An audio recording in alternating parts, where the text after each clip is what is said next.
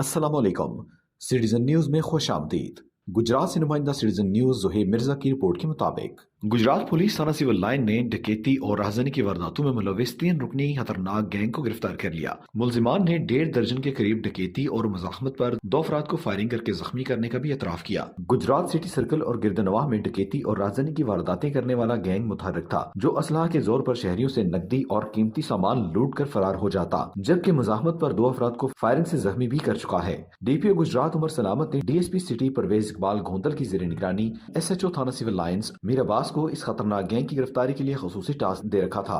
मुलजमान में अलीम वल मोहम्मद बशीर सकना हरियावाला, हैदर अली वल तारक रशीद सकना अमीन फैन, मोहम्मद अली वल आमिर अब्बास सकना लुरां शामिल हैं। मुलजमान के कब्जा से 7 लाख रुपए का माल मसरूका, जबकि वारदातों में इस्तेमाल होने वाला असलहा 3 अदद पिस्टल, 30 बोर और 2 अदद मोटरसाइकिल भी बरामद कर लिए गए। मुलजमान से तफ्तीश का सिलसिला जारी है।